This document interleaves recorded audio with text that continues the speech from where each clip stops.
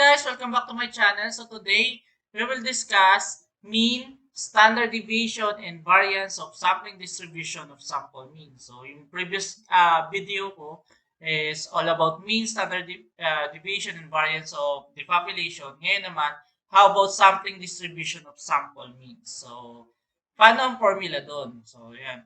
So, the mean of these the mean of the sampling distribution of sample means are denoted as mu sub x bar. Okay? So, dumarami na yung mga mean natin. Ha?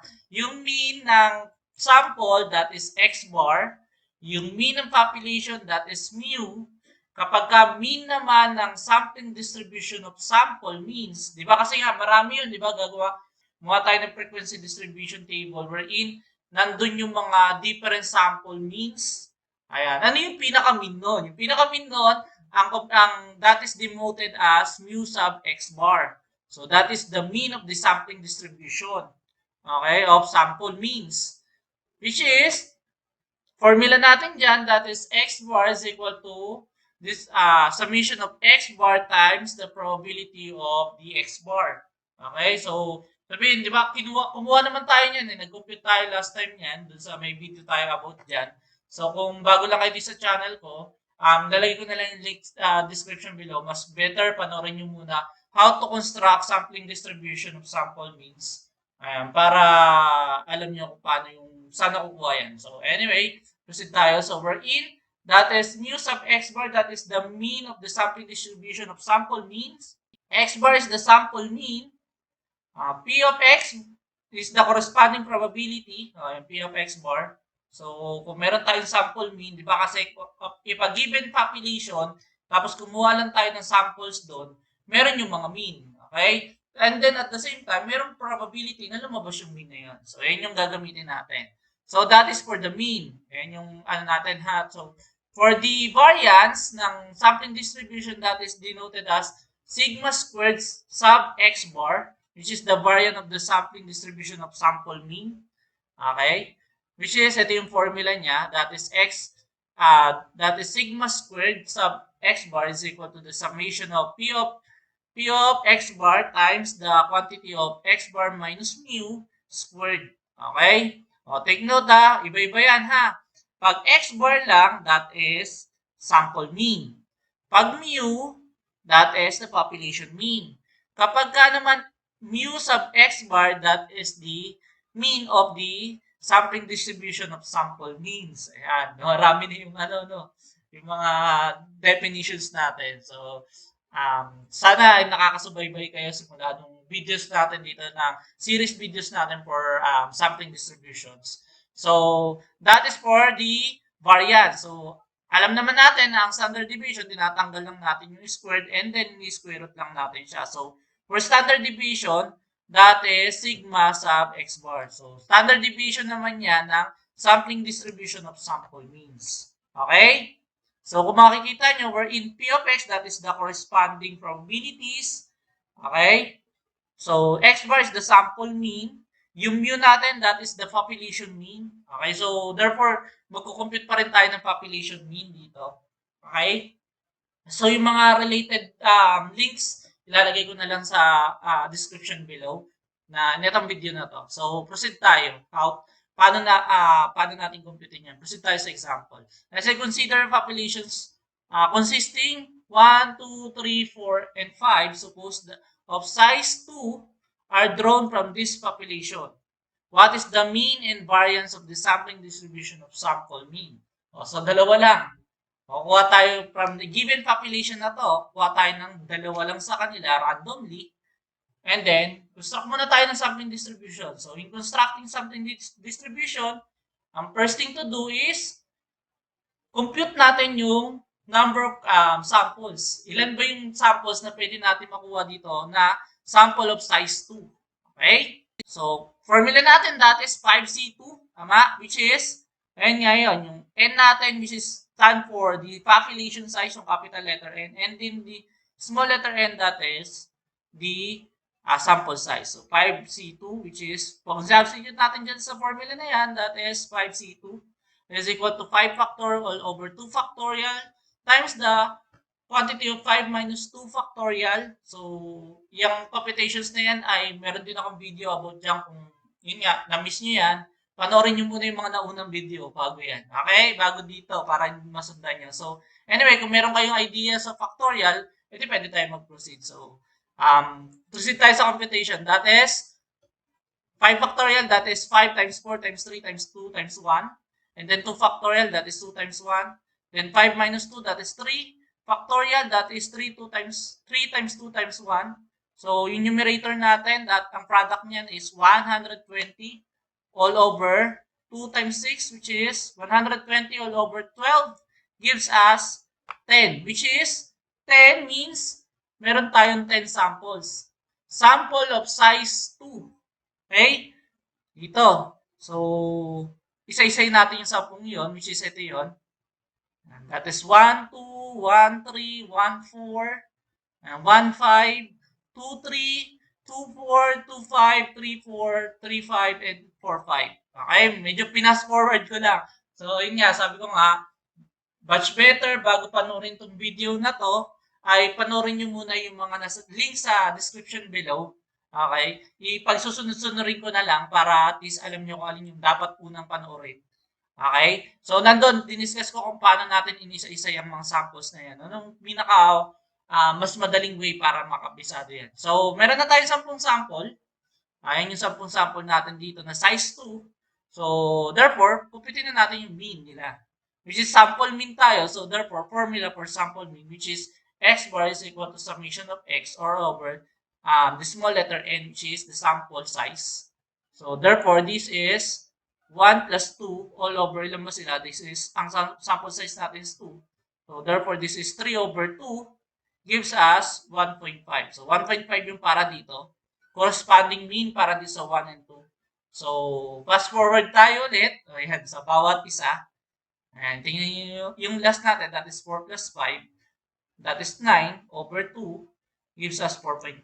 Okay? So, bawat isa yan, kinumpute lang natin using the formula for sample mean, which is x bar is equal to summation of x over the small letter n. So, di matatapos dyan, di ba? Kasi nga, kinuha lang natin yung mean, di pa tayo gumagawa ng sampling distribution, ng frequency distribution table. So, ito yung dapat gawin natin. Okay? Sample mean saka frequency. So, take note, i-arrange natin yan is either ascending or descending order. Okay, then ilalagay natin yung corresponding frequency kung ilan sila. Okay? So, sa akin, ang ginagawa ko is ascending order. So, mula sa pinakabababa, pataas. So, fast forward ulit tayo. Ayan yun. So, 1.5 natin, which is nag-iisa lang naman siya. So, ang frequency niya isa. 2.5 natin, dalawa. Okay? So, dalawa yung frequency natin. Ayan ha. So, yun nga, may video dyan. So, panoorin nyo yun. Then, total natin, which is total of 10. Okay? So, meron na tayong sample mean, which is x bar.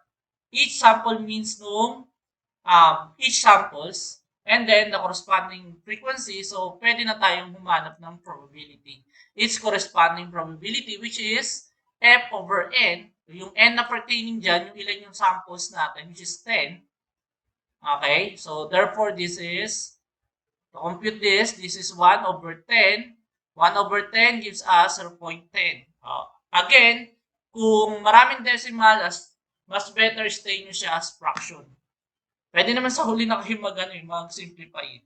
Pero at least fraction siya, at least kahit mag-multiply ka lang naman doon, kahit whole number na may multiply mo doon, yung numerator lang naman ang nababago doon, di ba? Kasi nga, pag nag-multiply ka ng whole number sa fraction, doon mo lang sa numerator i-multiply. Okay, so stay mo lang yung kung masyado siya maraming decimal. Kasi magbabago yung probability. Okay? So fast forward ulit tayo. Computein natin yung corresponding probability ng bawat isa niyan. So the same lang naman lahat yan. So this is 1 over 10, 1 over 10, 2 over 10, 2 over 10, 2 over 10, 1 over 10, and 1 over 10. So gives us these decimal numbers, which is a total of 1. Okay?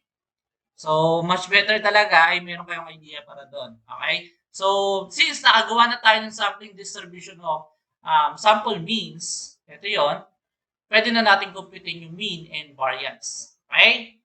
So, since sa problem mean and variance lang, nasama na natin standard deviation since standard deviation lang naman, i-square root lang naman natin yung result for variance. So mamaya na lang yan.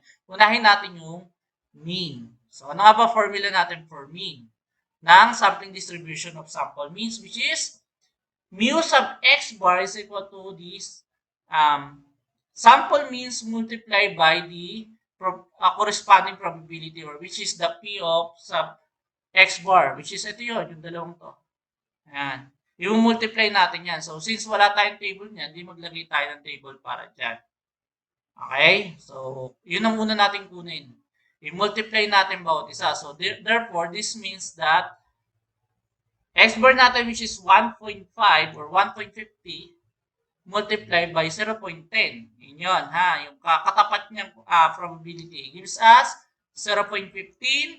Next is, this is 2 times 0.10. Ayan, 2 times 0.10 gives us 0.20. Next is 2.50. Ayan, times 20. Tama, 0.20 gives us 0.50. Next, so pwede nyo i-post yung video and then tingnan nyo kung parehas yung sagot nyo. Pwede nyo kompletuhin yan. Then tingnan nyo kung parehas yung sagot nyo sa magiging sagot ko. So, yun nga. Game? A few moments later. Alright, so tingnan natin kung kompleto na yung table ninyo sa akin. So, tingnan natin kung parehas. So, 3 times 0.20 yung next ko, which is, ayun nga, that is 0.60, followed by 3.5 or 3.50 times 0.20 gives us 0.70. And then 4 times 0.10, that is 0.40. And then 4.50 times 0.10 gives us 0.45. Okay? So, I hope pare-parehas tayo niyan. Wherein, kung mapapansin nyo, ito yun yung sambong yan. Which is, meron na lang tayo ditong symbol ng sigma notation. Which is, that is, ang mean lang naman yan is, isa-sum up natin lahat ng data. So, therefore, isa-sum up lang naman natin lahat ng to. And then, meron na tayong mean of the sampling, distribution of sample means. Okay? So, sum up natin to. That is a total of, so this is 5, so 10, so plus 5, 10. Carry 1, 1, 2, 3, 4, 9, 15, 22, 26, and 30. So 0. Carry 3. Tama? 3 plus, so bring down 3. So therefore, a total of 3.00, which is yan yung sum nito. Tama? So therefore, our sample means of, our means of the sampling distribution of sample means is 3.00. Okay? So, ganun lang kadali. Ibig sabihin, kung alam mo kung paano gumawa nito, madali lang yung isang table lang naman na dadagdag para dun sa mean. Okay? However, ang problem natin, kailangan natin kasama variance. So, ituloy na natin. Ano nga ba formula for variance? That is, sigma squared sub x bar is equal to the summation of p of x bar times the quantity of x bar minus mu squared. Okay? So, wherein, kailangan natin isa-isahin to. So, gagawa tayo ng table para dyan. So, ang gagawin natin, yung pinaka nasa loob ng parenthesis, which is, ito muna. Diba? Ito, kailangan masimplify natin to, then square, then i-multiply natin dito. Okay? Ganun yung process niyan. So, therefore, kailangan natin gumawa ng table para sa x minus mu. Okay? So, dito sa para kumasya lang dito sa ating videos. So, tanggalin na natin itong frequency. Kasi kung makikita nyo, ang kailangan ko lang naman dito, ang present lang naman dito, itong p sub x, tapos yung x bar. So, wala na rin na mahalos gagawin ito. So, tanggal na lang natin muna ha. Tatanggalin ko siya sa video. And then, lagay natin dito sa sulok para may computation part pa tayo. So, lagay na natin itong x bar minus mu. Ayan. So, yan muna ang kukumputin natin para mabuo natin. So, isa-isayin natin bubuin to. Okay, x bar minus mu.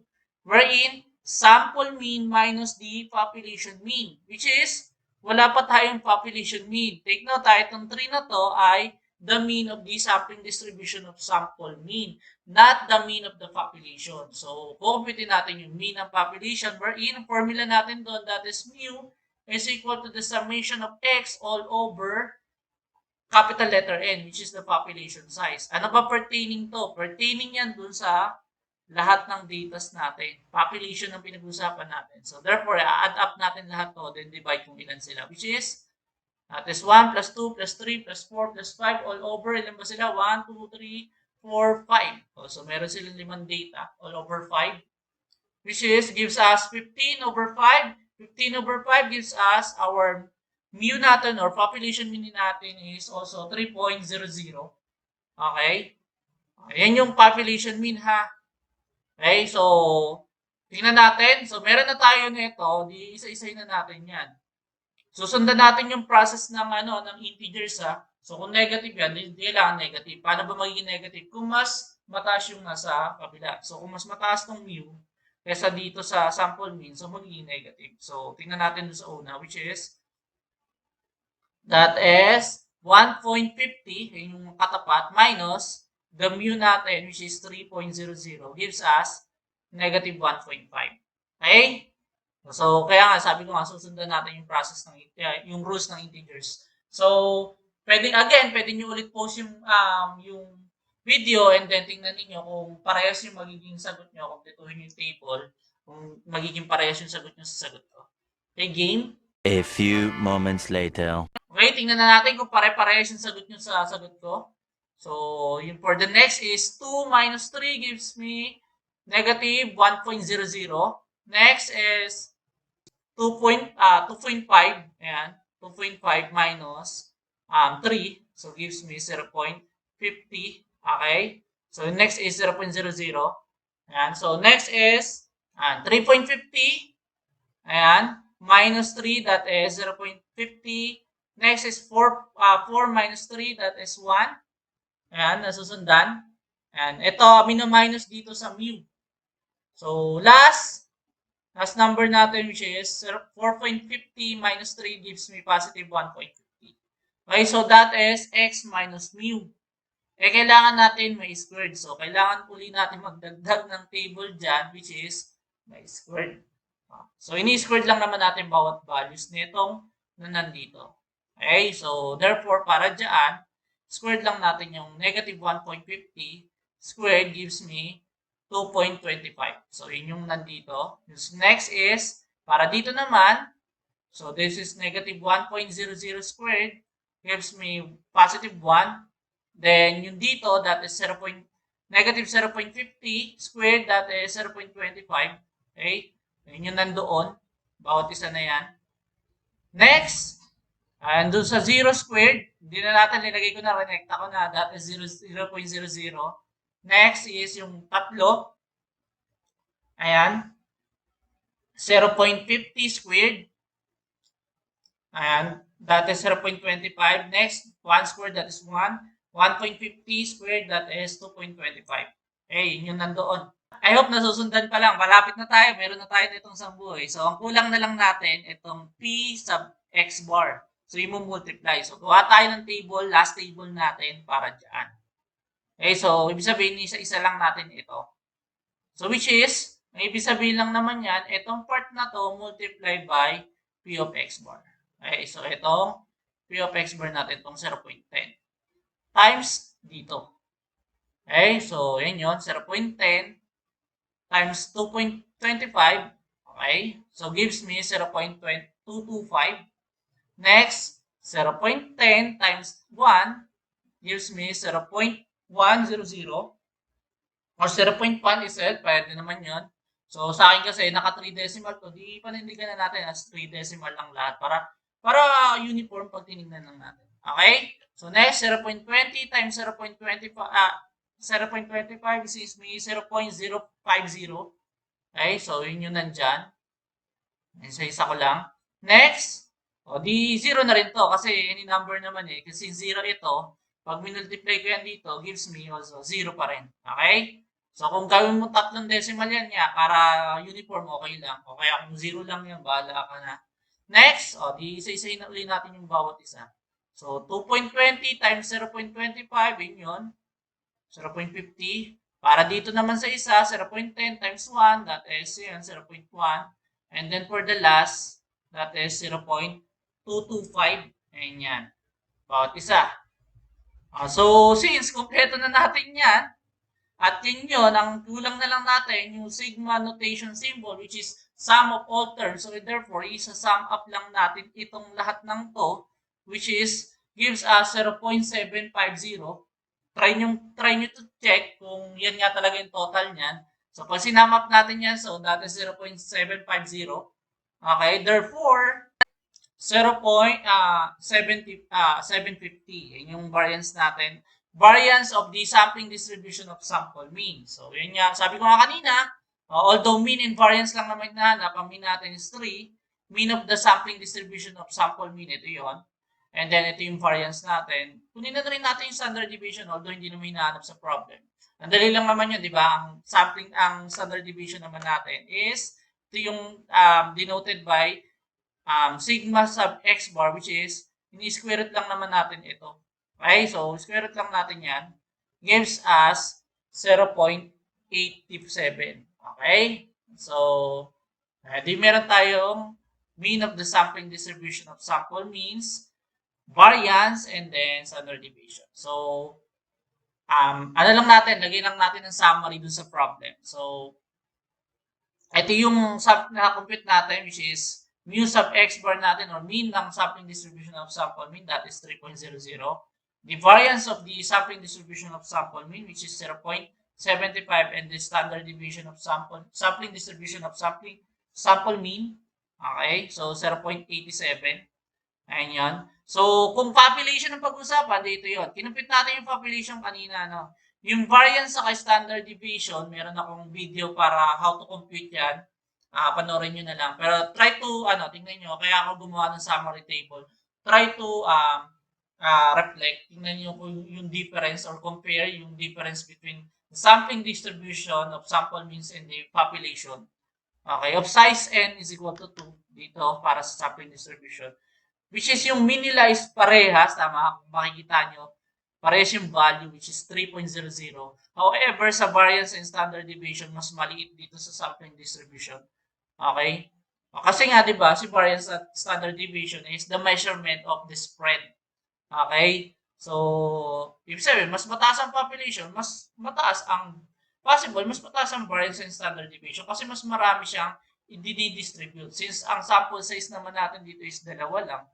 Okay, hanggang doon lang ang distribution niya lang, magpupul lang hanggang doon sa number of samples na meron siya. Okay? So, kaya mas mababa si variance sa standard deviation. Okay? So, meron ako dito prepare na problem. Consider a population consisting 1, 2, 3, 4, and 5. Okay? Kagaya lang rin ng problem ko kanina, pero ang suppose of size 3 naman. Okay? So, tingnan natin kung anong nangyayari. So, questions natin dito, what is the mean, standard deviation, and variance of the sampling distribution of sample means? So, yung kung ano yung na-compute nyo, pwede nyo namang comment down below na lang. Then, compare the mean of the sampling distribution of sample means and the population. Ayan, tingnan ninyo kung parehas din kaya kasi kanina, di ba, sa size 2, parehas yung mean ng sampling distribution of sample mean wherein ang size natin doon is 2. Parehas sila ng mean of population, which is 3.00. Tingnan natin, since same lang din naman yung population natin dito. Tingnan natin kung size 3. Kung parehas din kaya yung mean. And then, try to do, tingnan nyo kung gagawa kayo ng table, ng summary table, kagaya na ito. Okay? So, paano kung size 3? Tingnan nyo kung i-compare niyo yung mga yan. Compare nyo yung mga mean. Mean lang naman tinatanong. So, pwede nyo lagay sa comment below kung ano yung nakita nyo this comparison. Kung ano na-observe nyo comparison nitong mean, nitong sample size wherein ito, which is n is equal to 2, nakuha natin yan. Yung mean ng n is equal to 3, and then yung mean ng population, which is ito yun. Mu is equal to 3.00. So, ito lang naman yung kukumputin ninyo. So, tingnan nyo, try to compute, and then tingnan natin, type nyo na lang sa comment below yung na-observe ninyo dun sa mga mean yung tatlong yan. Okay? So, that's all for this video. Thank you for watching. Don't forget to subscribe. And then, if you're looking to Filipino lecture video, I highly recommend Philtech TV. And then, also follow us on our Facebook page, Math and Philtech TV. Thank you for watching. Bye-bye.